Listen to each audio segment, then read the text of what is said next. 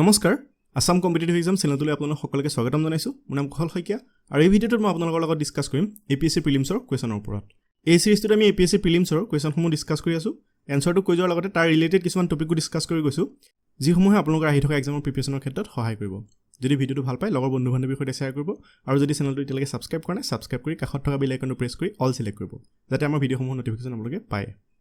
তাৰ লগতে গোটেইকেইটা পাৰ্ট একেলগে চাবৰ কাৰণে ভিডিঅ'টোৰ ডেছক্ৰিপশ্যনতে প্লেলিষ্টৰ লিংকটো দিয়া থাকিব তাত গৈ গোটেই ভিডিঅ'খিনি একেলগে চাব পাৰিব এইটো হৈছে পাৰ্ট নম্বৰ 2 আগৰ পাৰ্টটো যদি চোৱা নাই চাই ল'ব এই সিৰিজটোত আমি যিবিলাক কুৱেশ্যন ডিসকাস কৰি আছোঁ এই গোটেই কুৱেশ্যনখিনি এই বুকখনৰ পৰা লোৱা হৈছে এপিএসসি প্ৰিলিমছৰ প্ৰিভিয়াছ ইয়েৰ কুৱেশ্যনৰ যিখন ইবুক আমি বনাইছিলোঁ সেই বুকখনৰ পৰা লোৱা হৈছে এই বুকখনৰ প্ৰায় গোটেইখিনি কুৱেশ্যনেই ভিডিঅ' আকাৰে আমি ডিসকাস কৰিম ইবুকখনত কুৱেশ্যনৰ এনসাৰৰ লগতে তাৰ ইম্পৰ্টেণ্ট টপিকবিলাকো এক্সপ্লেইন কৰা হৈছে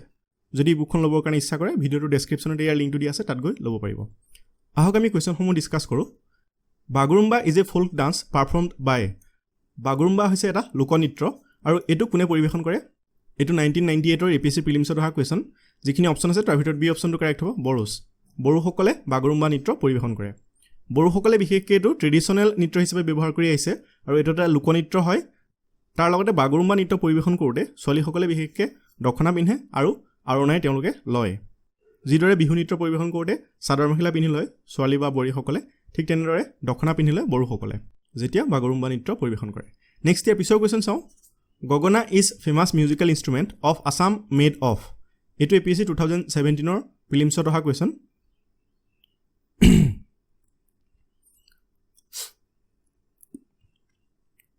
গগনা কিহেৰে বনোৱা হয় যিখিনি অপশ্যন আছে তাৰ ভিতৰত বি অপশ্যনটো কাৰেক্ট হ'ব বেম্বো আগলি বাঁহৰ পৰা বনোৱা হয় গগনা বহুতো আছামিজ ফেমাছ গান আছে আগলি বাঁহৰ লাহৰি গগনা এনেকৈ আপোনালোকে নিশ্চয় শুনিছে চাগে গগনা is a famous musical instrument of Assam made of কিহেৰে বনোৱা হয় অপশ্যন বিটো কাৰেক্ট হ'ব বেম্বো নেক্সট ইয়াৰ পিছৰ কুৱেশ্যন চাওঁ the first T company established in Assam was এইটো 2009 ৰ এপিএসসি প্ৰিলিমছত অহা কুৱেশ্যন যিখিনি অপশ্যন আছে তাৰ ভিতৰত বি অপশ্যনটো কাৰেক্ট হ'ব Assam T company Assam T কোম্পানীয়ে অসমত প্ৰথমতে টিৰ কমাৰ্চিয়েল প্ৰডাকশ্যন কৰিছিলে অৰ্থাৎ ব্যৱসায় ভিত্তিত তেওঁলোকে চাহৰ প্ৰডাকশ্যন কৰিছিলে আৰু অসমত চাহৰ আৱিষ্কাৰ কোনে কৰিছিলে ৰবাৰ্ট ব্ৰুচ এইটো মনত ৰাখিব ৰবাৰ্ট ব্ৰুচে অসমত চাহৰ আৱিষ্কাৰ কৰিছিলে আৰু প্ৰথম অসমীয়া চাহ খেতিয়ক হৈছে মণিৰাম দেৱান এই বিষয়ে কেতিয়াবা সুধিব পাৰে আমি যদি চাওঁ আছাম টি কোম্পানী এষ্টাব্লিছ কেতিয়া হৈছিলে 1839ত এইটো মনত ৰাখিব কেতিয়াবা সুধিব পাৰে যে কোন চনত আছাম টি কোম্পানী এষ্টাব্লিছ হৈছিলে 1839ত নেক্সট ইয়াৰ পিছৰ কুৱেশ্যন চাওঁ the terracotta industry in Assam has developed in এইটো 2013 ৰ এপিএসসি প্ৰিলিমছত অহা কুৱেশ্যন তো যিখিনি অপশ্যন আছে তাৰ ভিতৰত চি অপশ্যনটো কাৰেক্ট হ'ব ধুবুৰী ডিষ্ট্ৰিক্ট ধুবুৰী ডিষ্ট্ৰিক্টত এই টেৰাকোটা ইণ্ডাষ্ট্ৰি বা মাটিৰ শিল্প যিবিলাক আছে মাটিৰ যিবিলাক মূৰ্তি আছে সেইবিলাক বনোৱা এটা উদ্যোগ গঢ় লৈ উঠিছে আৰু শুনিলে আচৰিত হ'ব যে ধুবুৰীৰ এখন গাঁৱত প্ৰায় 80% মানুহেই এই ইণ্ডাষ্ট্ৰিটোৰ লগত জড়িত আছে almost 80% of the families residing in this village are engaged in terracotta work terracotta ইণ্ডাষ্ট্ৰিটোৰ লগত এংগেজ হৈ আছে আৰু সেই গাঁওখনৰ নাম হৈছে আচাৰিকান্দি ভিলেজ এইটো কেতিয়াবা সুধিব পাৰে মনত ৰাখিব চ' বেছিক যিটো কুৱেশ্যন আছিলে যে terracotta industry in Assam has developed in তাৰ এনচাৰটো হ'ব ধুবুৰী ডিষ্ট্ৰিক্ট ধুবুৰী ডিষ্ট্ৰিক্টৰ লগতে আন কিছুমান ডিষ্ট্ৰিক্টতো এই টেৰাকোটা ইণ্ডাষ্ট্ৰিটো আছে কিন্তু ধুবুৰী ডিষ্ট্ৰিক্টৰ কিছুমান বিশেষ গাঁৱৰ প্ৰায়খিনি মানুহেই এই টেৰাকোটা ইণ্ডাষ্ট্ৰি বা মাটিৰে তৈয়াৰী যিবিলাক বস্তু আছে সেইবিলাকৰ লগত এংগেজড হৈ আছে নেক্সট ইয়াৰ পিছৰ কুৱেশ্যন চাওঁ the governor of a state is a integral part of the এইটো 2014 ৰ এপিএসসি প্ৰিলিমছত অহা কুৱেশ্যন এখন ৰাজ্যৰ গভৰ্ণৰজন কিহৰ অংশ হয়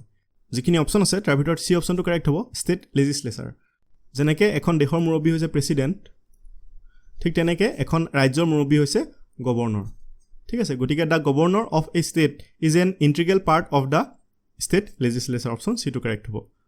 আমি যদি ইয়াৰ ওপৰত চাওঁ তেতিয়াহ'লে গভৰ্ণৰ হৈছে integral part of the state legislature আৰু কনষ্টিটিউশ্যনে বা ভাৰতৰ সংবিধানে এই পষ্টটোৰ ষ্টেটৰ হেড হিচাপে প্ৰভাইড কৰিছে ঠিক আছে the constitution provides for the post of the governor as the head of a state in India প্ৰতিখন ৰাজ্যতে এজন গভৰ্ণৰ থাকে আৰু মই লগত ক'লোঁ যে এখন দেশৰ মুৰব্বী যিদৰে প্ৰেছিডেণ্ট হয় ঠিক তেনেকৈ এখন ৰাজ্যৰ মুৰব্বী হৈছে গভৰ্ণৰজন আৰু এই গভৰ্ণৰসকলক কোনে এপইণ্ট কৰে appointed by the president of India ভাৰতৰ ৰাষ্ট্ৰপতিয়ে গভৰ্ণৰসকলক এপইণ্ট কৰে ঠিক আছে এইটোতো ইম্পৰ্টেণ্ট হয় কুৱেশ্যন তাৰ লগতে এই কুৱেশ্যনটো ইম্পৰ্টেণ্ট যে গভৰ্ণৰসকলক কোনে এপইণ্টমেণ্ট দিয়ে মনত ৰাখিব প্ৰেছিডেণ্ট অফ ইণ্ডিয়া ভাৰতৰ ৰাষ্ট্ৰপতিয়ে গভৰ্ণৰসকলক এপইণ্ট কৰে নেক্সট ইয়াৰ পিছৰ কুৱেশ্যন চাওঁ who administers the oath of office for the president of India and the governor of a state ৰেছপেক্টিভলি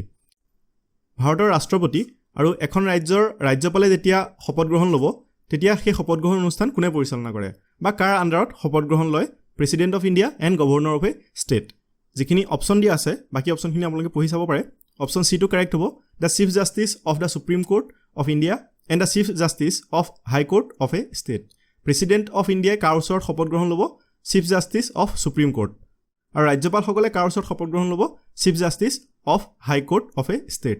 অৰ্থাৎ প্ৰতিখন ৰাজ্যৰ যি হাইকোৰ্ট থাকিব সেই হাইকোৰ্টৰ চিফ জাষ্টিছৰ ওচৰত শপত গ্ৰহণ ল'ব গভৰ্ণৰসকলে বা ৰাজ্যপালসকলে